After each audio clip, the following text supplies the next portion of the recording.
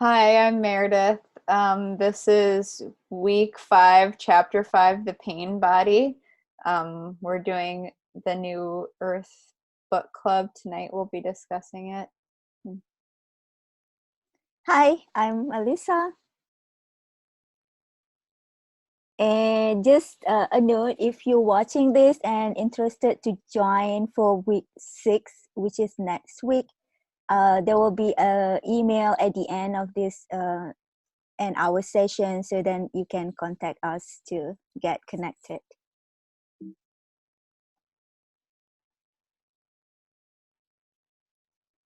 All right, so let's start with reflection of last week exercise. You want to begin? Sure. Okay, so last week we talked about being transparent and allowing feelings to kind of flow through you, um, to be more mindful of when you're feeling emotions, to not like take that in.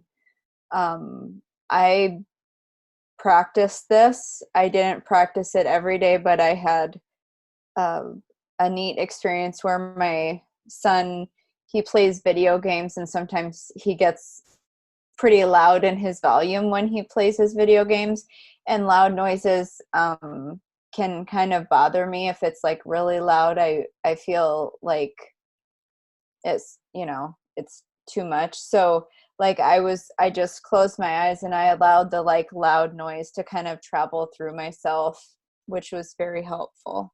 um so yeah, that was my No, great example. story.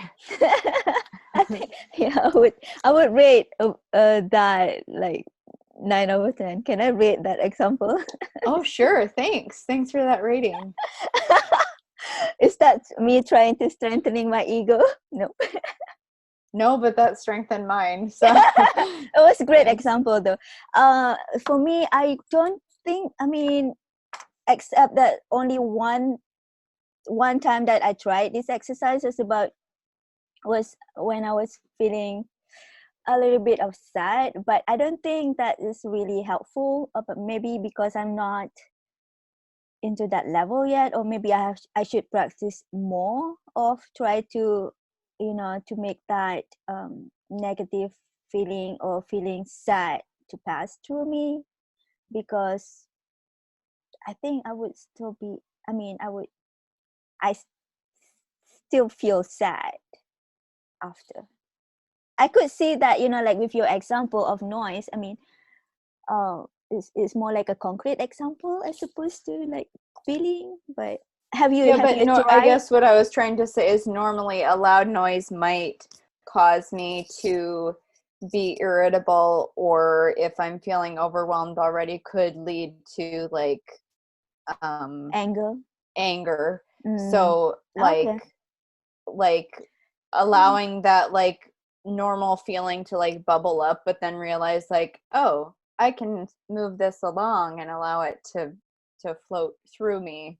mm. um I just kind of imagined that physically floating through, but Have you tried it with like, like a feeling itself, without uh not with thing, but like I don't know, like a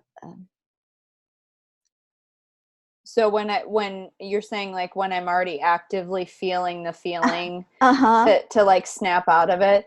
Yeah. uh-huh, to let that Yeah. feeling be transparent, or I mean, or to let the feeling itself being passed through you. Have you tried that?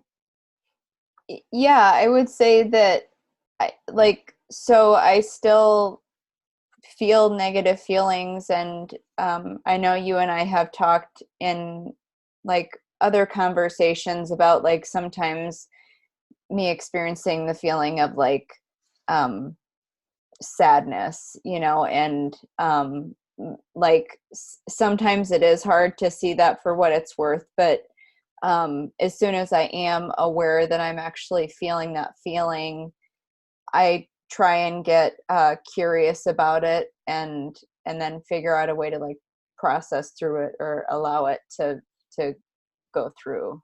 Mm. So like for sadness, I know that helping, boost, um, I'm going on a tangent, so that's it. That's okay. Okay, so I have nothing else to share. Okay. I was just going to say, like, you can also use mindfulness to like do things that that will help you get to where you want to be too, right? So like if you're experiencing sadness, um, you know, one way to process through it, at least for me, is like getting physical exercise. So, Yep. um, Yeah. yeah. No, I think I could see, I mean, like before last week, because we talked about this exercise last week, right? But there was Yeah. time like before last week that I kind of like been practicing this exercise, which is, when it's something, for example, there's a uh, but like I said, it has to be like something that I could either hear or see, thing that distract me. I would just let it pass through me. But when I try it with feeling itself, it's become, the feeling is still there. So what I'm trying to say, that I could do this exercise well when it's more with something that either I could see or I could hear, or I could feel. I don't know what other thing I cannot. I don't know. I don't know what other thing that I could feel that bother me. Cannot even think right now. But I'll, for sure, I would try to practice more. Maybe that will help me, or at least. So like when you're in that moment of being aware that you're in that really big emotion that you're not wanting to feel, are you able to like Detach myself. maybe move, well, detach, but or like to move into a different emotion? Because sometimes you can't go from like extreme sadness into happiness like immediately, even if you're doing some kind of visualization, right? Is that what you're Right. saying, that you're not able to pivot your thoughts as Yeah. quickly as you'd like? Yep. Yeah. It depends. I mean, it happened to me like 2 weeks ago when I couldn't do that. But before that, I feel that I'm like very easy to switch between happy and sad. Even minor thing can make me feel happy, which Mm-hmm. is a good thing. Like, because uh I like to sing. So even, like when I'm sad, just singing will create that happiness. But there was time that I couldn't even, doing the thing that usually make me feel happy didn't make me feel happy. There were time like that, but Yeah. which is, yeah. But I think it's all human, right? Okay. All right. So are we good with this exercise? Can we move to Yeah. the next one? You Yeah. excited for this week? We're going to talk about pain body. Is it? Yes, pain body. Yeah. Yeah. So let's talk about the goal from this chapter. um I certainly perceived this chapter as like Eckhart's way of describing one more way that the ego presents itself, and that's through our body, and explaining. I really like how he explained like the energy, like um, the denser bodies versus the lighter bodies. I like that portion, but like Hmm. this slide is talking about the mind portion of the body. But And before we talk about yeah. this slide, I have a question. Why do you think that he used the word the pain body? Is it kind of like feel? I don't. So why is it pain body? Is it like the body feeling the pain and that's why it's react in certain way? Hmm. I don't know the story behind why he would call it the pain body. My take would be like that that is the part of our body that can That experience experience the pain, pain? because like our Okay. spirit is always like wellness and well-being, and so the spirit part of us wouldn't feel The pain pain. like our human portion does. Okay, yeah, I think makes sense. I was just, I mean, maybe the answer to that question is very, very simple. Like you said, because of the body was experiencing pain. But the goal for this chapter is try to make sure that we are aware of that, whatever, reaction that sometimes people do, maybe because of they have heavy pain body, like you were saying, right? Yeah. So can I say that it's out of their control? Because like it's different from another one person to another, right? Some people would have like heavier pain body and the other one would have lighter pain body. So it's kind of like this is out of the control. It's not, it's unconscious, right? Oh, am I totally off the the No, I perceive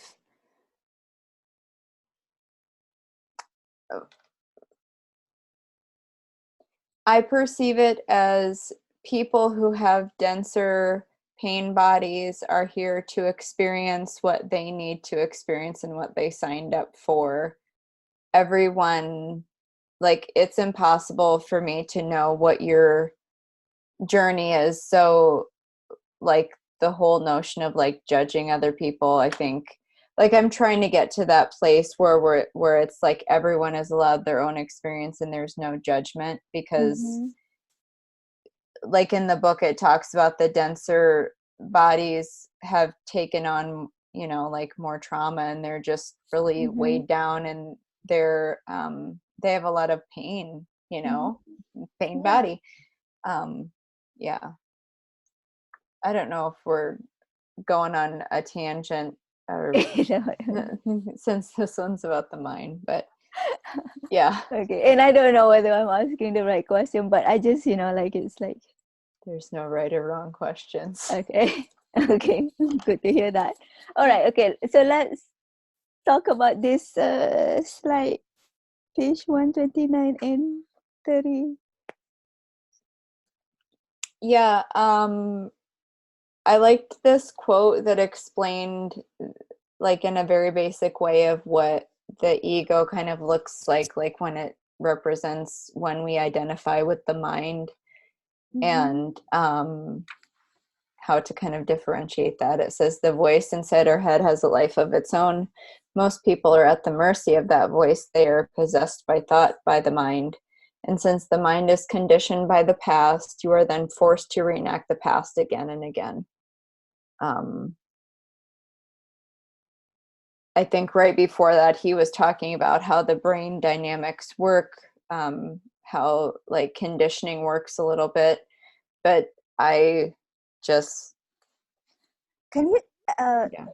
talk more about what is the mind? What does it mean by the mind is conditioned by the past? Well, that's just like how brains work, is like something happens and then the brain reacts to it. Like it has a stimulus and there's a Mm. reaction. Um, So like, so if something is stimulated enough in a certain way, and then the reaction is strengthened each time, like this is how I act if this happens, mm, then it becomes a behavior, and you take that on. So that's how you're always going to be reacting, versus like realizing that you can stop your thought, because that's stopping the behavior at the root of the things. Is if you can stop and detach from the thought, then you can kind of change the outcome going forward.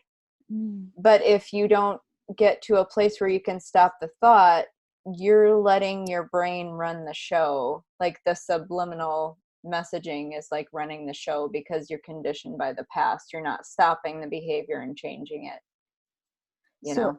if we if if I ask for an example, like for example, someone who has been abused, is it like the way that they've been, at, like like someone that has been abused, the way how they react to their abuser, um, like scared of that person, is that is a condition by the past, right? Because they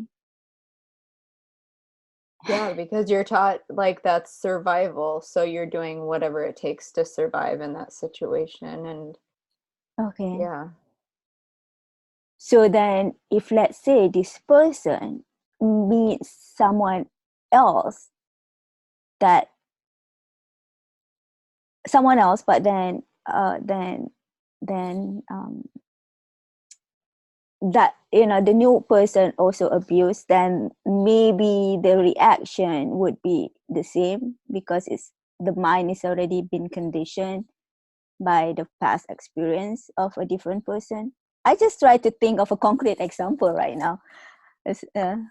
Maybe I'm it's too much, but No, I just don't want to wade into waters that I don't feel comfortable. Like I'm not a psychiatrist at all. I'm a lay person. I just love psychology and studying that type of thing. But I we can talk don't about your profess to like have opinion. all the Yeah. questions or all the answers to questions about What? Yeah. Like conditioning and stuff. what do you think really happened in this case? No, this is not professional advice. This is just our opinion, talking and sharing. In the abusive situation, is that Mm-hmm. what you're talking about? Mm-hmm. Um, well, yes, yes, and um, you have to dig deeper than just like the conditioning. Like it's the subconscious, um, like our basic in an abusive situation, like that we're so hardwired for connection that it like gets to us at our core. So that's a very hard thing to like be aware of and get Mm-hmm. out of. But yeah, I do believe that that's a thought pattern that is reinforced from past conditioning from abusive people. And I'm not trying to like, I don't know. That's where the law of attraction gets kind of weird because it's almost like victim blaming, and it's not. Like I don't want it to be like it's someone's fault. Like, but sometimes we don't know how to change the situation. You know what I mean? Like Yeah. everyone's doing the best that they can, and so Mm-hmm. um So yeah. when you say law of attraction, what do you mean by that in this case? Is it like, because in my understanding, law of attraction, whatever that you think will manifest, right? So Yeah. if this victim are thinking about they would be abused again, then it would happen again. Is that what you mean? Right. Right. And I don't like that because I think that that puts undue um Yeah. eh, you know, they a target of abuse shouldn't have to carry that load, that they're somehow, Yeah, I understand responsible. what are you trying to say. Um, but yeah, and I don't And know. this is quite off the I know it's quite off the thing, but is it, maybe if someone is watching this might be uh, need help or something, that any advice that would be useful to them. I think that would be good. I mean, if you have advice, I Yeah, mean, well, I mean, okay, since we're on the topic of abuse, if you're in an abusive situation, please seek out, um, like, I help. don't even know the number, but Mm, um, like, seek out professional help and know that, like, find someone trusted that you can talk about and know that, um, there are people that care about you and are, yeah. yeah. Okay, let's move Okay. on. Okay, let's I'm move on. sorry if I was just trying to think about concrete example, because I think Yeah, it's I just relate more. it's such a big subject that if Yeah. someone did happen to, like you want to do everything you can to help people. Right. Okay. Okay. So I'm getting back into the book. Okay, good. Can I move to the next one then? Are we Yep. ready? Okay. Yep. Emotions is the body's reaction to mind. Hmm. Agree? Yeah. Yeah. Okay. So like thoughts like trigger certain parts of our brain and that emits hormones, and then our body reacts to those things that are being sent out, the Okay. signals being sent out from the brain. Okay, let's say, so an example of this, if when I'm feeling sad. My son. Hi, Jack. I'll be in your room, okay? Wait, are you putting this on YouTube? Yep. I'm so sorry, viewers. That's Sorry, okay. Can you shut the door? Oh yes. Thanks, Still sorry, viewers, for 2.5 viewers. Jack. Okay. Okay. Okay, so I was trying to find an example of this when I'm feeling sad. So that sad emotion is because my body's reaction to my mind. But that it doesn't tell me what is the cause of that sadness. Well, you had a sad thought that triggered it. Ah. So basically it's all just the thoughts. Yes. But what triggered the thoughts? Where is it coming from? The sadness thought. Why would I be feeling? I don't know why I keep talking about sadness. Let's talk about happy. I want to be happy. Okay.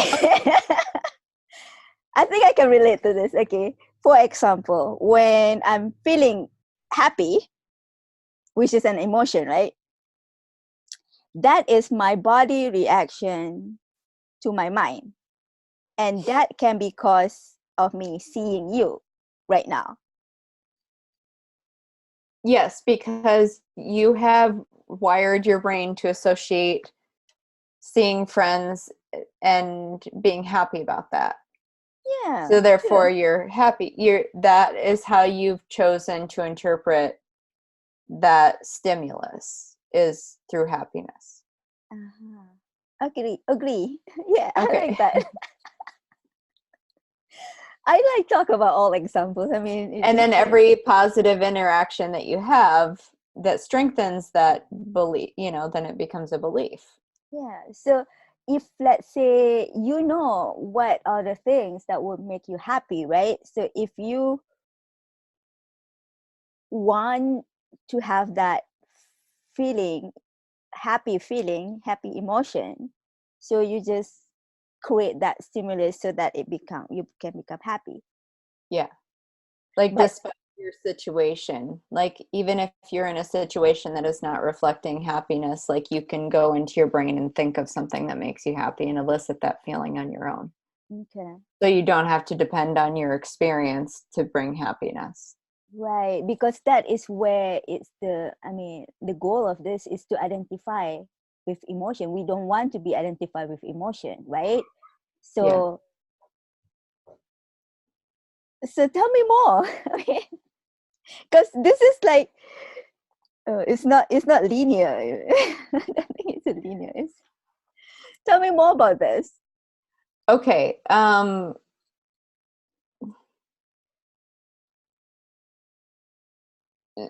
So what was your question? Well, the goal, like this whole book is for us to recognize about, like ego, like emotion is one of it, like being identifying with something, right?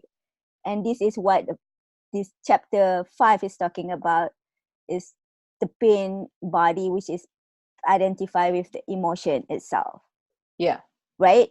So Yeah. but it's not really what we want to have happen, right? We don't want to us to be identified with the emotion, right? Or we want, I mean, do Well, we want? to be aware of the emotion, and like in all fairness, again, I'm going to say it again, we're humans and we're supposed to be enjoying our human experience. So Right. it would make sense that like a person would want to feel happy or in that state of flow as often as possible, because that's kind of like one of the big points of like being here is to like enjoy ourselves and be happy. Right. So like awareness of that and is good, but like knowing that when it is not an emotion that we don't want, yeah, like you said, being able to detach from it and getting curious as to what thought is causing that emotion. Okay. Because I feel like we're supposed to be in alignment with good feeling emotions, and when we're not, it's time for us to get curious about, well, what thought is causing that? Like, Okay. do I believe this? Is it true? Am I over identifying with it?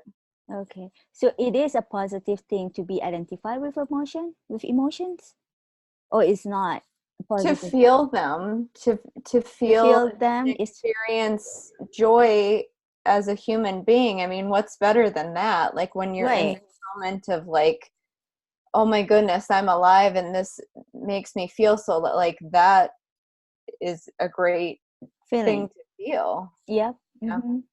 Yeah. Okay. Okay. I don't have any other question. I think that went well. But if people who are watching who have any question, you can write down your comment down below, and then Meredith will answer the question. And we will Definitely, answer them. we will answer. We'll try to answer them based on our understanding. We're not the expert. We're just doing this to improve ourselves. Yeah. Yeah. Okay. Next question that you have on the slide is about discuss. Instinctive reactions versus mental interpretation. Okay. So like instinctive reaction would be like,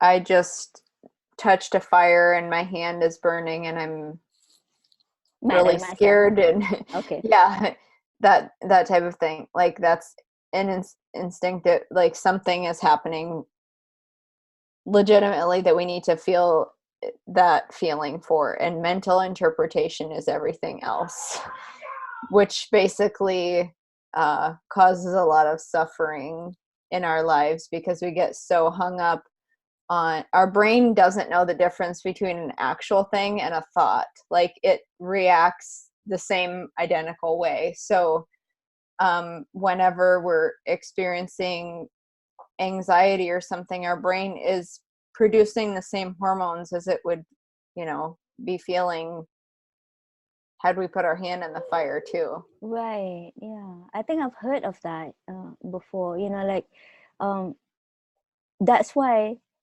Have you ever watched this? People who can like walk in a fire, like walk through the fire, and that is because they are.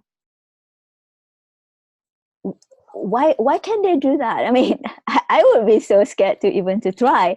But does it because of? Do you think because they believe that they will never get burned, and that's why it happened, or is it? Do they have like some sort of magic? I don't know. I'm just posing a question to you. I've never walked on hot coals, but I've heard of people doing that, and I think that they say it's totally a mind over matter type of a situation.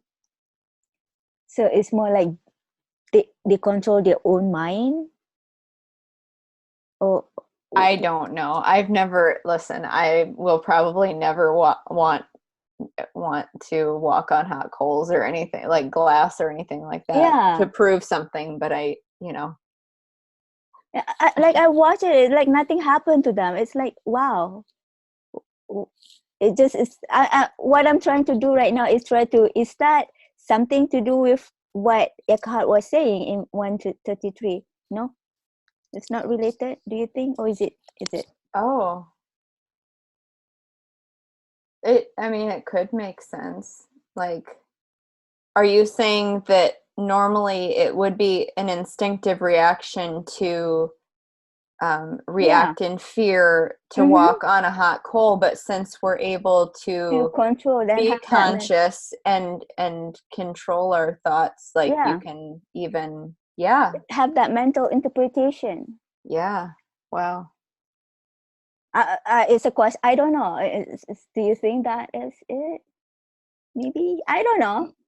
It does seem like it's a natural evolution of how things are going, because instinctive reactions, like most living things, have that Mm-hmm. within them. And then, we kind of got the higher order thinking going on. So we get to have a mental interpretation of the situation. And then, like, the last piece would probably be like conscious mental interpretation, is like being able to choose what interpretation you want of a situation. Does that make sense? Yeah. Yeah. And That's also, cool. well, another thing that I'm thinking of maybe is about law of attraction as well. Like we were talking about law of attraction before, because it's like they don't have that negative thing at all that something bad would happen to them. I don't know. Maybe I never spoke to any of them, so I don't know what really happening to or why they were able to do that kind of thing. Maybe someday we can interview someone who's done a I hot think that coal would be good. You know walking what? thing. We should brainstorm more about the next activity. I think that would be Yeah. awesome. Interview people. Yes. Yeah. And if you guys are watching this, have any suggestion of how we should or who we should interview, don't be shy. Write down your comments and then we'll get back to you. That would be awesome. Thank you. Should I move to the next slide? Sure.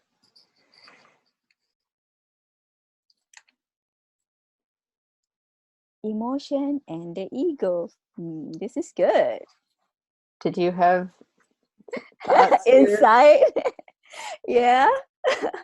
Well, Do you want me to read it while you're thinking about it? no, you can read it and talk about it. I Okay. my response to this, I can give my response, but I think I mentioned it to you earlier about this. But go ahead and talk about this. 134. Okay, so like how I interpreted this passage were kind of like two different things. Like, the ego is not only the unobserved mind, the voice in the head who pretends to be you, but also the unobserved emotions that are the body's reaction to what the voice in the head is saying. Mm-hmm. That's pretty big right there. The voice in the head tells a story that the body believes in and reacts to. Those reactions are emotions. The emotions, in turn, feed energy back to the thoughts that create the emotion in the first place. So it's like on a loop. It's like just constantly strengthening itself until you break that pattern and become aware of what your thoughts are, is how I kind of interpret this. Yeah. Like, the emotions are really the guidance system to figure out where things are going awry, Right.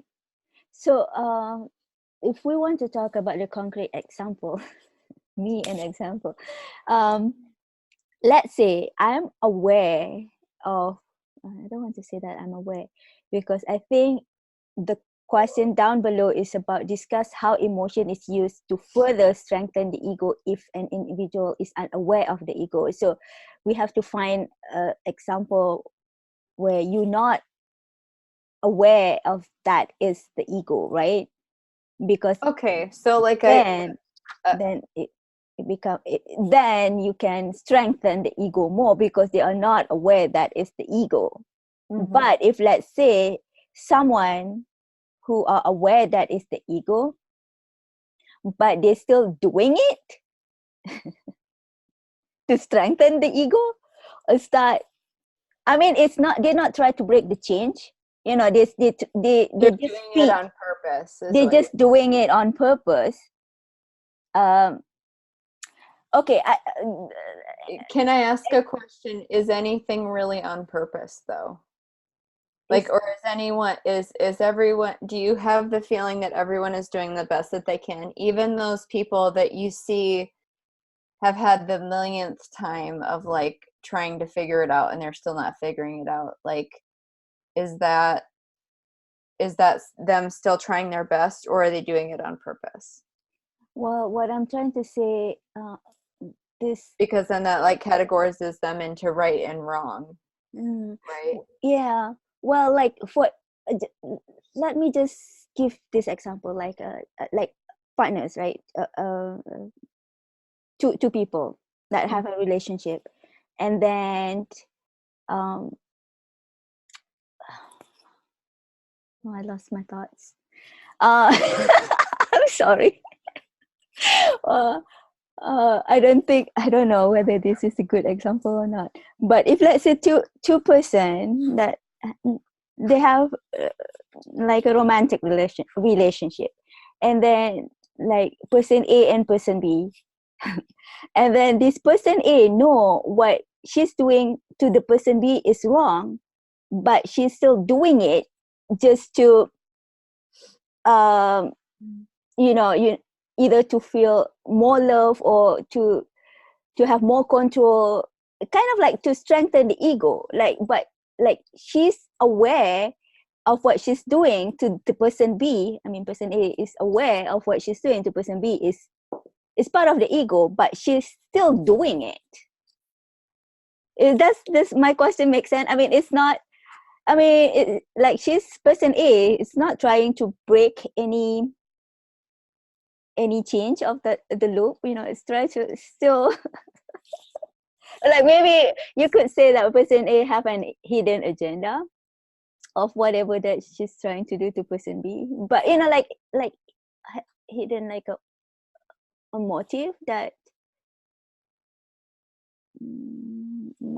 would be only good. Well, there must be some kind of driver that is like, even if she's aware that she's doing something that doesn't line up with her values, there's something deeper that is not being fulfilled that she feels she needs to strengthen her ego with. So that would still continue to reinforce whatever she's unaware of. Okay. So does that make sense? Yeah, it makes sense. So you're saying that there must be a reason why she's doing what she's doing. Right. Even if she's unaware of it, like, okay. Okay, so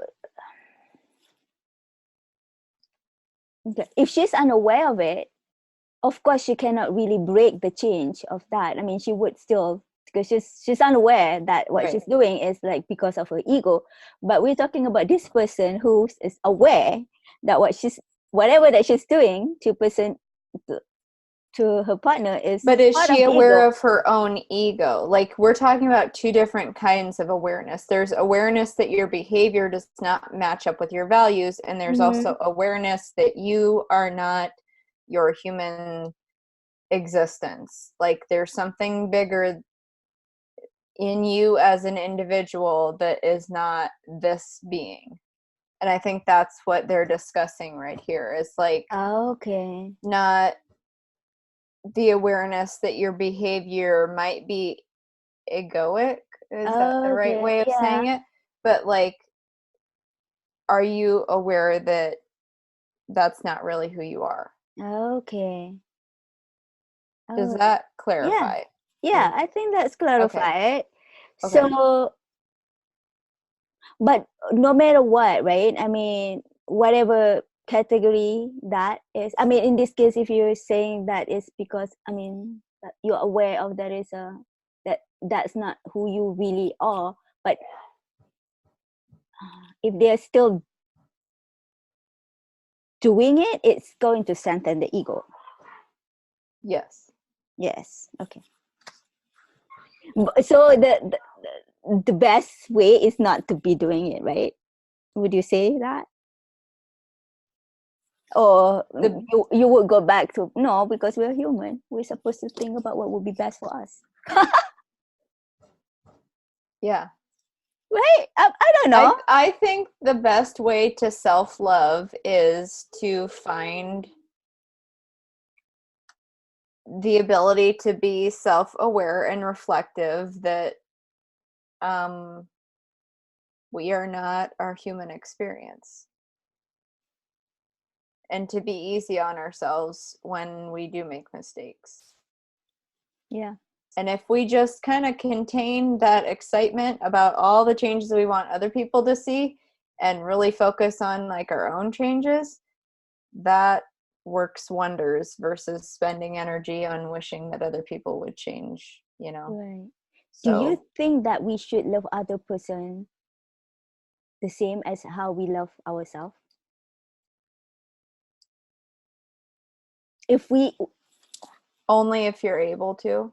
okay. Oh, that's good answer. Okay. Um, Like the oxygen mask, you know, in no. the airplane, you put on your oxygen Oh, mask first. yeah. You can't give to other people what you don't have Uh, already going on, you know.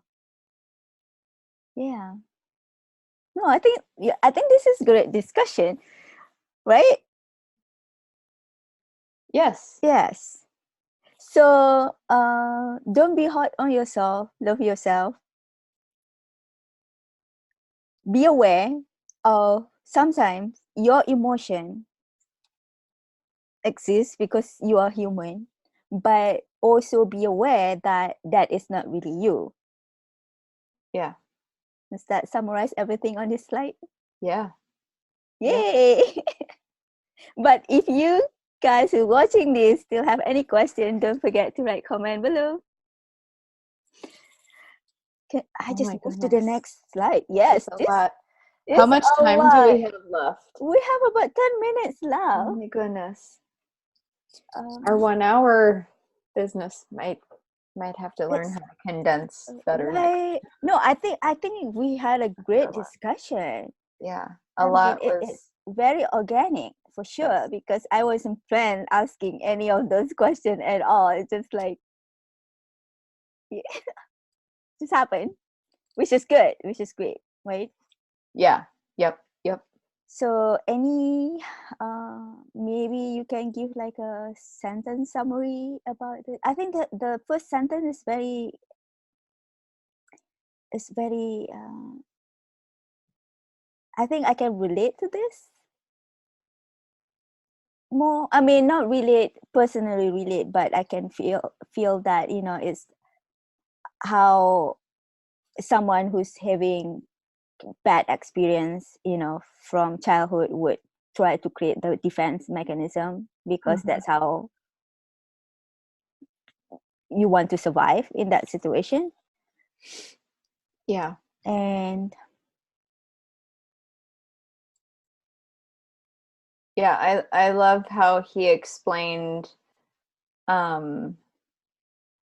how we experience pain in our pain bodies as individuals, and also like on a bigger scale, like as a collective of human beings who you yes, know, we're all connected through our spirit and everything, right. all of life.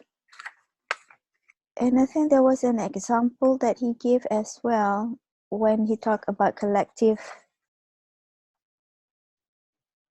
um, forgery.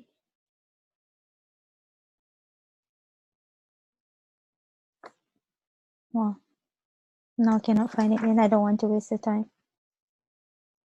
Never mind. So what do you understand about how our thoughts feed it? Which we can renew the pain body and how our thoughts feed it.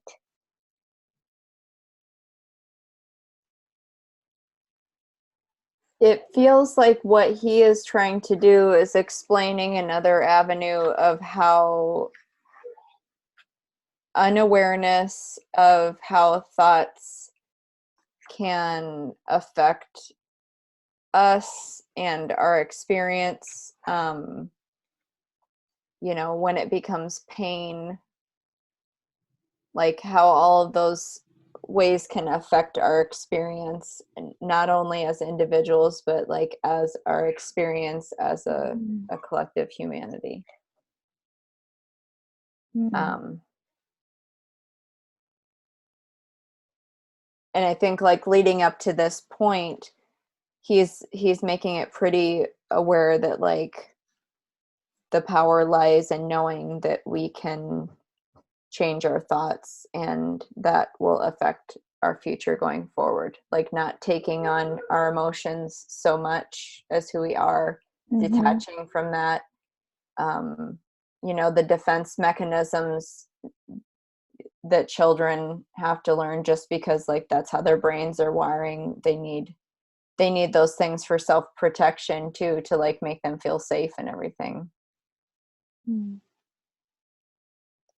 Yeah. Okay. I have no other response to this. I think it's deep. I like it. It's just fun. I'd like our exercise for this week. And I think I just moved to. Do you have any other from the last slide? No, we can move to this slide. Okay. Yeah. It's long, but it's good exercise. I feel like you want to talk more about it, please. Yeah. Well, it was actually a few different ones. You can kind of choose whatever works, but like being aware of unhappiness.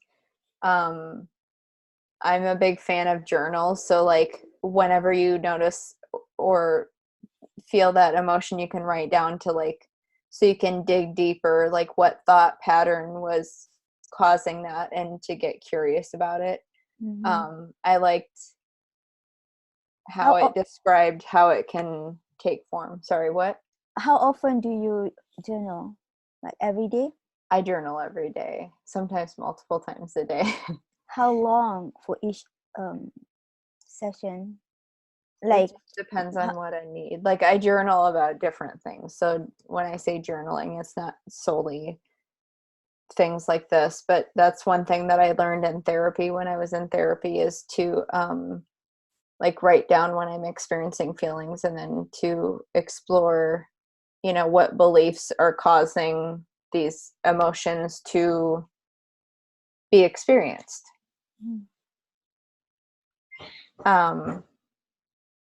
Okay, so first exercise is about journal everything that you when you to get curious about it.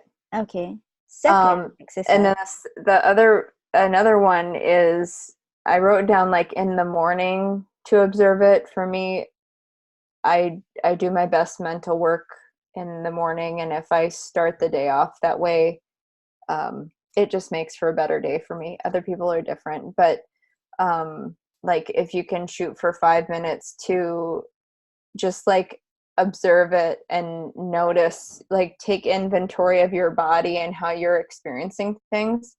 And that's not to like get super critical of like, oh, my back is hurting, that's probably because I was gardening earlier, but like, no, just observe it, and then like let it, maybe practice the floating through technique or something. Like, okay, I'm gonna allow that pain to like float through now or something, whatever. So like for example, like this morning when I was feeling lazy, that is resistant within myself, right? Is that what it means by... You're saying that feeling lazy was feeling resistance? Like resistant to... What were you feeling lazy about doing though? Because that's a sign that you don't want to do something. Wake up and start work. Well, is that why? I don't know. I haven't done this exercise. Okay, so I will spend 5 minutes. Yeah. Okay, let's say if I try to recreate what happened this morning. Yeah. Oh, okay. So this exercise is about asking why I would have that feeling. Well, I feel like it's to get curious, and so you ask why to be curious. It's not to necessarily get to an end result, but maybe to explore the thoughts and the feelings of what's going on around that. Okay. Is that Yeah, it's very clear. I think I know why. Kind of, I know why. Maybe because I'm overworked, but then I don't want to give that an excuse. Like, oh, because I feel overworked, then it's fine to feel lazy the next morning, which is not right. I don't know. You always say nothing is right and wrong, but that's, yeah. Well, okay, stop it's okay. rambling. Stop rambling. You're doing great. The last one, is that the same one as the second? Is that together, that paragraph? Yeah. Okay. I Okay. apologize about that. No. I thought it was a different thing. That's why. Sorry. Yeah. Sorry, different size. Okay, so we on our last slide, we have 2 minutes, but as conclusion, if you are watching this and interested to join our book club discussion, the next one will be on chapter 6 on August 15 at 7 to 8 p.m. Central Time. And there's a contact email that you can email and let Meredith know that you're interested to join us. mindfulmeeting@mail.com. Yay. Yes. Okay. Hope to see you again next time. Have a great weeks. Follow your dreams. Be great. Love yourself. That's awesome. Awesome. Thank you. Bye-bye.